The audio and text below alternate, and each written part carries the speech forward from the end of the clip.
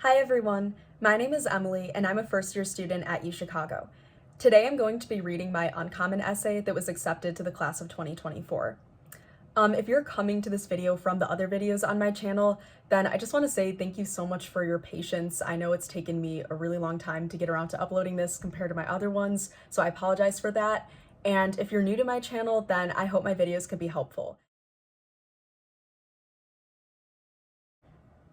So just a quick reminder before I get into reading the essay that this is only one example of an uncommon essay. There's definitely no one formula, and everyone I've talked to about our essays wrote something totally different from me. So just keep that in mind, that there's not much comparison you can really do. It's more just seeing the organization and kind of maybe getting some ideas for how you can go about creatively putting topics together. Okay, so I just have the prompt and essay pulled up here. So the prompt I answered was, if there's a limited amount of matter in the universe, how can Olive Garden, along with other restaurants and their concepts of food infinity, offer truly unlimited soup, salad, and breadsticks? Explain this using any method of analysis you wish: physics, biology, economics, history, theology. The options, as you can tell, are endless. And here is my response. While learning the lifelong skill of adding numbers in kindergarten, I observe that there are two types of people in this world: those who write the number 8 as a continuous loop crossed at the center, and those who stack two circles with the bottom one slightly larger, like a headless snowman. I always thought the snowman looked neater, and it somehow felt wrong to shortcut the process by not lifting my pencil. But everything comes at a cost, and my teacher's dreaded weekly math quizzes demonstrated the harsh reality that the continuously drawn 8s were simply more time efficient. My once beautifully tangent circles mutated into an upright infinity symbol, the shape stretched and distorted. Drawing those continuous 8s felt like infinity too. I could close the loop so that I couldn't tell where my drawing actually ended. Of course, I couldn't be uncomfortable with the concept of infinity forever. Freshman year, we learned about the theory behind number sets.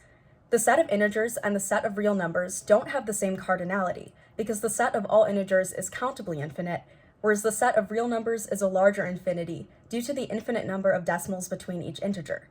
Both lists go on forever, yet they never match 1-to-1 because the set of real numbers is infinitely longer than the set of integers.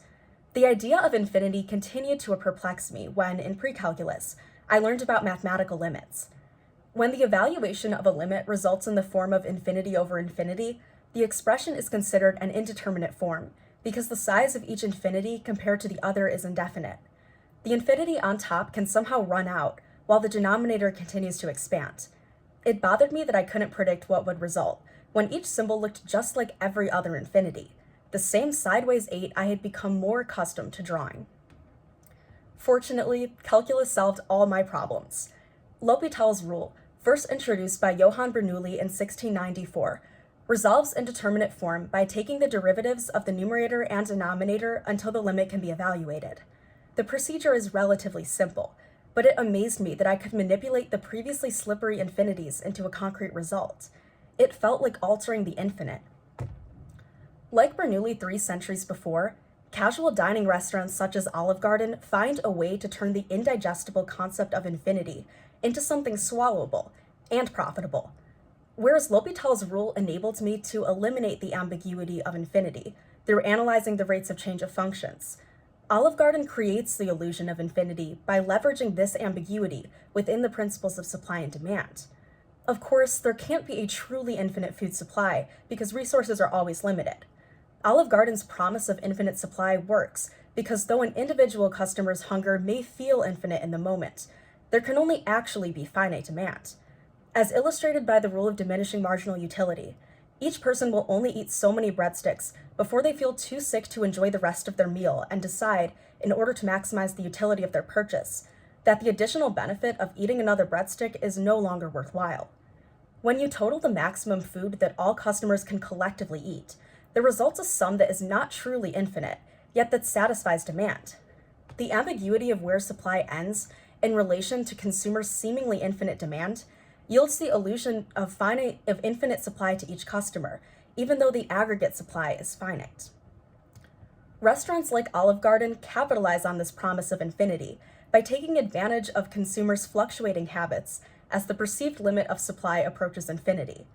If people believe they are truly offered an infinite amount of food, they will be willing to pay more for the promise of extra food because they receive a lot more than one additional unit for a price that is much less than proportional to what they would be willing to pay if they bought each unit separately, without the promise of infinity.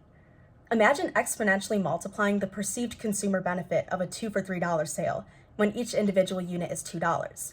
The lower price for the second unit causes an increase in quantity demanded for that product, as consumers are more likely to buy 2 goods instead of 1.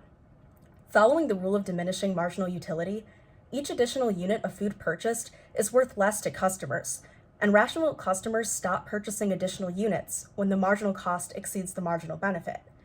Applying this concept to a theoretically infinite quantity, when customers pay a reasonable price that doesn't depend on the quantity they order, they feel like they are beating the system. In order to cover the cost of supplying these unlimited meal complements, Olive Garden can mark up prices. Consumers are willing to pay for this upcharge for infinity because utility maximization is ensured. They can choose their most ideal combination of soup, salad, and breadsticks for a fixed price. Unlimited food is perceived as a win-win. Consumers can eat as much as they want, and Olive Garden profits because consumers are willing to pay a little extra for infinity and are more likely to return for more unlimited food. Luckily, suppliers don't actually need to produce an infinite supply to keep promising infinity. Thus, the attraction of free refills, all-you-can-eat buffets, and unlimited meal complements is irresistible to a consumer with a good eye for opportunity cost and utility maximization, but maybe not the best eye for a balanced diet. It may have taken me a while, but I realized my snowman-shaped 8s had a few too many breadsticks in their bellies. Writing 8s as the upright infinities they were meant to be is not only more efficient, it also creates a necessary fuzziness in the world that the marketing geniuses of Olive Garden have used to create their own illusion of infinity. Okay, and now for the tips. So the first tip I have is that how you answer the question is always more important than what your answer is. So by design, these questions are really obscure. They're not meant to have one correct answer. As I said, there's not one formula to get through it. So don't think about them too literally. Just know that people are going to be going at it from a lot of different angles. So whatever lens you choose to approach it through, as long as you back up the claims you're making and you show how you can creatively problem solve, you're not really going to put a wrong answer. Next, it's really important to pick the right prompt for you for this essay. So I think in comparison to other essays, the prompt does matter more for this one, at least for each individual, because like often with the Common App essay, they tell you to like write a story about yourself and then see which prompt it can fit to. Whereas here, the prompt kind of guides your exploration of a topic. So like in this case, I picked this prompt because I thought it was the best way I could integrate my knowledge about math and economics, my two majors. But you don't have to write about your majors. I don't think most people do. But personally, I felt that this was the best outlet for me to creatively express that. And there's, again, you can do anything for any prompt, but just know that you can definitely choose a prompt that you won't have anything to say for. So if you're getting stuck with a prompt, feel free to go back and look at any of the past prompts. They're very open-ended about it. They don't require you to choose one from your application season year. So you can pick a prompt from any of the past years. You could do this one if you want, or you can also write your own prompt. So just keep that in mind, that it's really important to choose the right prompt. The next tip I have is to think about the audience while you're writing this essay. So the people reading this essay are most likely not going to be professors or PhD candidates in whatever field you're choosing to write about, if you do choose to take it from an academic discipline lens. So keep in mind that they're evaluating you as a whole applicant. They're evaluating how you think, how you use logic and reasoning to support a claim that you're making. So don't get too caught up in the technicalities of whatever field you're trying to explain. Using big terms but not really putting them together in a creative or applicable way is not going to get you anywhere. So just prioritize creativity and showing yourself as a student more than just like listing out a bunch of hard, impressive facts about a topic. And then with that in mind, to kind of balance out that advice, while creativity is probably one of the most important parts of this essay, you don't want that to be forced. I think putting too much pressure on making the essay super unique or having all these like revolutionary ideas in it is going to get you pretty stuck at the beginning, because I know that happened to me. I was worrying that what I was saying was too like common sense or too mundane because we learned about a lot of it in school. And honestly, like personally, that was the best place to start for me, was just going through my old econ and math notes and then thinking about how I could piece those together in through a more abstract lens than how we talk about it in class. And then I kind of got the intro together, and it all just came together for me when I didn't put too much pressure early on trying to make it sound really sophisticated or overly creative. Okay, so something else to keep in mind. Obviously, these really obscure prompts attract pretty abstract answers, and having a good amount of that is really beneficial to your essay, but you also need to remember to just stay grounded, to make sure everything is easy to follow. Again, like I said with the other essay, your admissions officer is not going to have like 10 minutes straight to read through this essay. They're not going to look at every single word and piece it together. It really needs to be something they could read quickly and understand the main points you're trying to make in it. So personally, how I chose to organize it was kind of using my chronological experience of like learning math in school as an outline, and then kind of halfway through connecting that to the claims I was making with the economics behind the prompt. So having some form of realism to ground that is good. But obviously these essays are more about your knowledge in a topic than they are your experiences like the other essays. So just keep in mind that while you're listing a lot of facts and putting a lot of things together, it's really important for it to be easy to follow and to have like rational backings to everything you're saying. And I also just want to emphasize the importance of the introduction and conclusion in this essay. So I chose to make my intro and conclusion pretty abstract and initially seem a little bit disconnected from the rest of the essay. I liked having these portions to be more artistic, whereas the rest of it was kind of like logic driven. And I think it kind of balanced out what I was trying to share about myself as a student.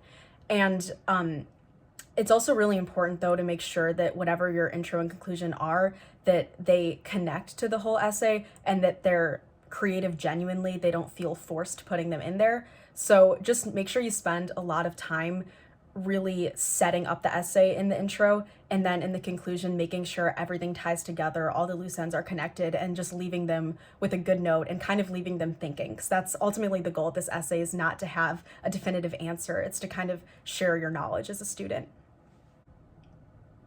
And then for the final tip, I just want to echo what I said in the UChicago video about the word count.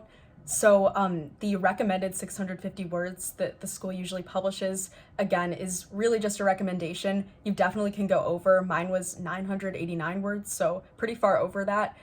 Generally, you want to keep it under 2 pages though. So the essay can be however long you think it has to be to fully explain yourself without losing any attention of the reader. So obviously don't have any unnecessary details in it, but also don't worry too much about binding yourself to the word limit. Okay, so that's it for this video. Thank you guys so much for watching, and please subscribe to my channel for more in the future if you found this helpful. Also feel free to leave any questions or suggestions for future videos in the comments, and good luck to everyone wrapping up the college application season right now. I know it's really, really stressful, and just remember, I'm here to answer your questions or help you guys out in any way. So yeah, see you guys later.